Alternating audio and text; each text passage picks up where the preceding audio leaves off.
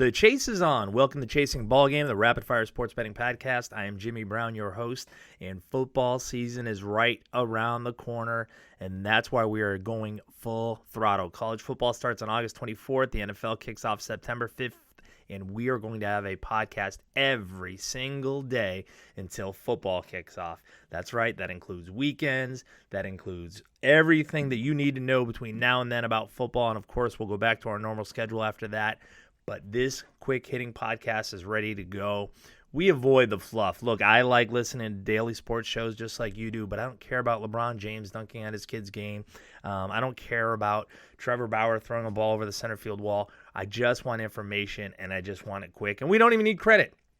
We're quick to the point. We're powered by the chasers. Chasers are people that I follow online, whether it's social media or whatever, who chase down the latest information, and we're all about sharing that information and giving them the credit, not us. We also have picks and more. Our aim is to be quick and to the point with plenty of info because we know time is money and your time is important. So let's get to the breakdown for today's show. We're going to start with baseball. Before we get to the gridiron, we have to talk about baseball. If you're betting to build that bankroll for the football season, we will get things started with a pick to get you headed in the right direction, hopefully, and then it's on football.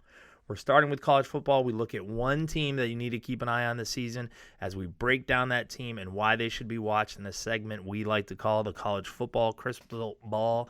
And then finally, we're heading off to the NFL, and we're going to talk about some injuries. We're going to talk about handicapping in the preseason, and we're going to cover one team that you definitely want to hear about. So as always, Chasing Ballgame is wicked quick with a pick, so let's get started.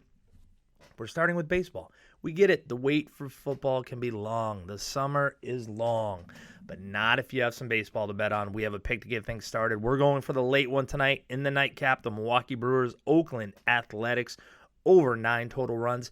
If you've not been watching baseball, then perhaps you've not heard about bad bullpens and juice baseball, but the end result is a season that's loaded with home run records, plenty of runs all over the place. And the Brewers just traded for Jordan Lyles. He's going to make his first start since coming over from Pittsburgh.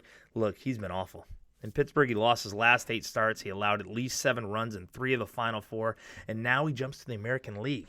The guy's an ERA over 14 his last 3 starts, and he goes up against Brett Anderson for the A's.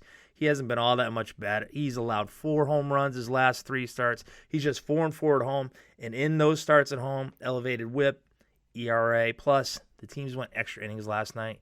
They used a combined 12 pitchers. That means they're going to try to overextend the starters, or they're going to get in more work with people who probably shouldn't be in there. Either way you look at it, we're going over the total. Give me the over 9 in Milwaukee versus Oakland. But now let's talk about why you're here, and it's football. College football, and our college football crystal ball always likes to tell us the future, and today we're going to talk about the Iowa State Cyclones. Look, they are 8-1, 8-1 to win the Big 12. Oklahoma and Texas are above them, of course. They're also just 2-1 to reach the Big 12 championship game. The win total that's posted for the Cyclones at about 8, which is right. They had 8 wins in the last 2 seasons, so I think that's right. But if you've not heard the name Matt Campbell, get ready.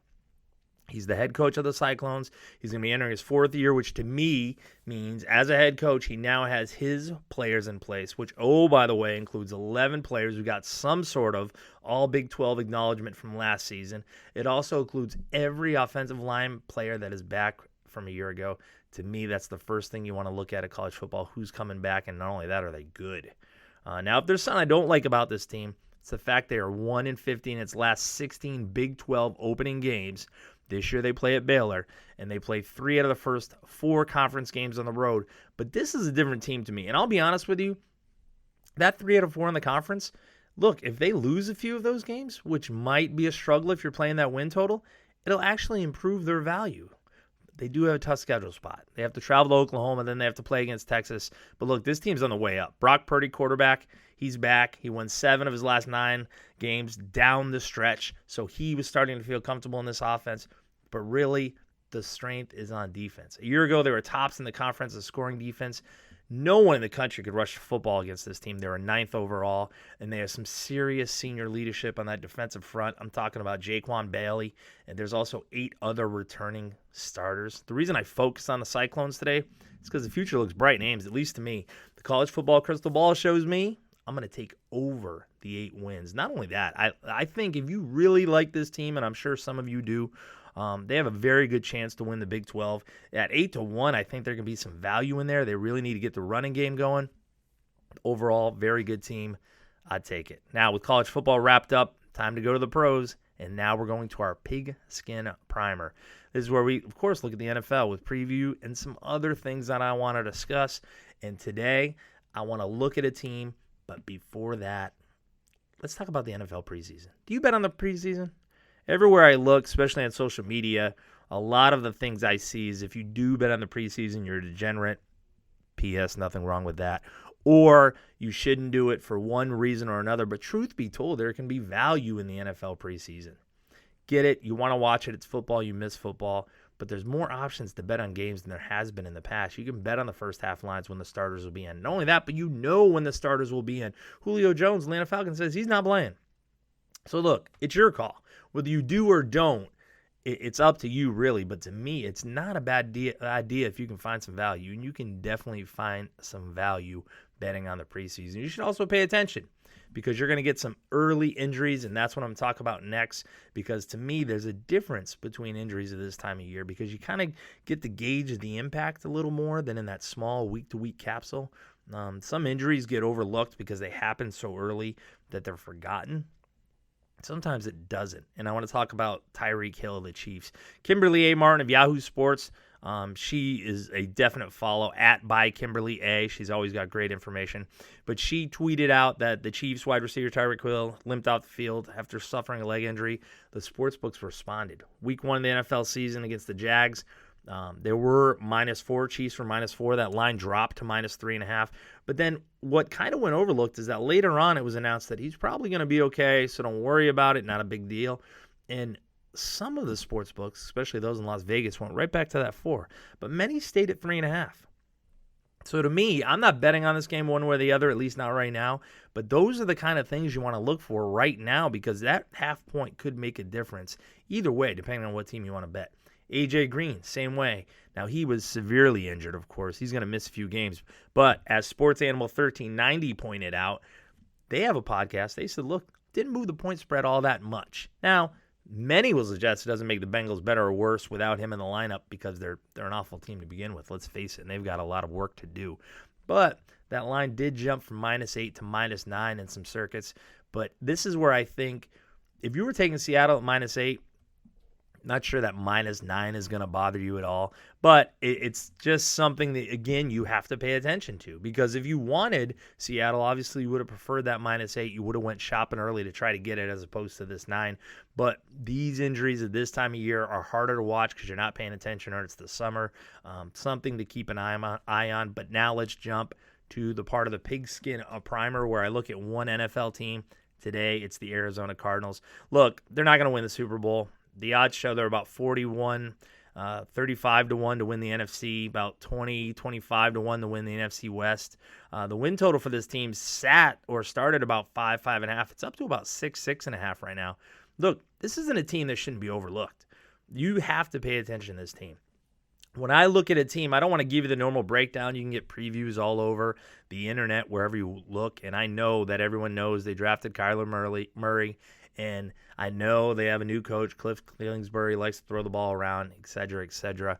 But I'm going to look at a few different things that have caught my attention. First of all, last year, the team only had 3 wins. They were 7-8-1 against the spread. They also played well in division. Kept it close in both the games against Seattle. They were crushed by the Rams, but they swept San Fran. Now, obviously, San Fran didn't have their quarterback. Jimmy G was not in the lineup, but it showed they had some fight in them. Now, they had some turnover like every team does in the NFL, but I really like the kind of things that they've done, like bringing in a veteran defensive coordinator, Vance Joseph, also a head coach, Terrell Suggs.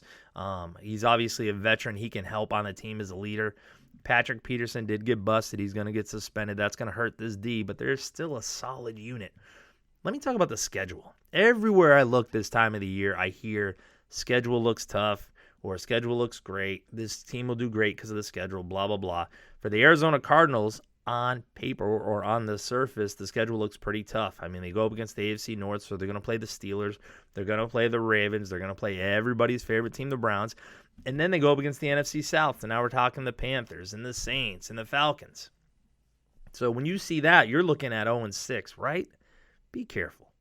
be careful. Because I think using the schedule this early in the year to handicap can be a bit misleading. First of all, you don't know if those teams are going to be good this year. I mean, granted, we know they have talent. Granted, we know they have good players. That doesn't mean they're going to be good.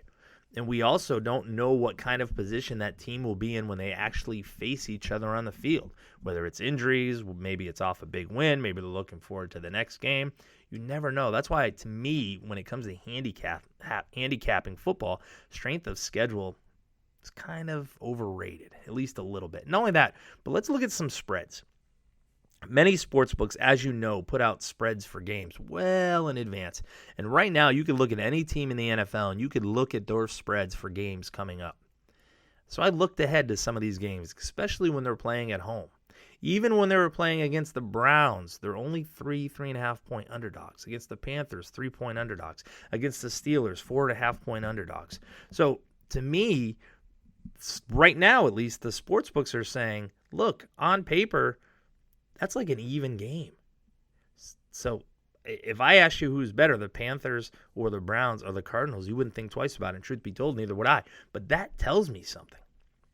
I really think this offense is going to work. Murray knows the system. He knows what's going on. They've got David Johnson, a reliable workhorse back. He's going to take some pressure off the young quarterback, Larry Fitzgerald. He's a veteran. He can run that offense from a leadership standpoint. And that, to me, is going to really help out this team. They've got nothing but low expectations. No one on the planet thinks they're going to do well. I looked all over the place for win total projections, who thought they were going to do well, who thought they were going to win. The majority of the point spreads that I'm seeing, the predictions on the win totals have this team at 2 wins, 3 wins. And look, they play the Lions, they play the Giants. So I think a lot of people are kind of giving them those 2 wins and saying that's about it. I think they're wrong. I think they're going to play well in division. I think they're going to be better at home. I think they're going to play well. And not only that, teams in their division may regress a little bit. So to me, I think they can get 7 wins. In fact, I think they're a dark horse to make the playoffs. I'm not going to take them to make the playoffs, but I will take them to go over. I see a 6, so I'm going to book the 6. I'm going to take them over 6 wins, which still gives me the push if they get to 6, but I think they can get to 7. Give me the Arizona Cardinals to go over the win total. That will do it for Chasing Ballgame. Thanks for taking time out of your day to tune in. And if you missed anything or want to hear it again, you can find us all over the place. We're on Anchor, we're on YouTube, Spotify, Apple, you name it. We're there and we're growing every day. Join the fun and become a chaser. All you have to do to be featured right here on the Chasing Ballgame podcast is hit me up on Twitter or Facebook at Chasing Ballgame. Send me a thought, send me a prediction, send me whatever you want, and I'll put you right here on the show, just like latest chasers who have followed or shared information like Sports Animal 1390. And we will be back tomorrow with another baseball pick. We're looking into that crystal ball one more time and a betting preview of the Atlanta Falcons. Until then, keep on chasing.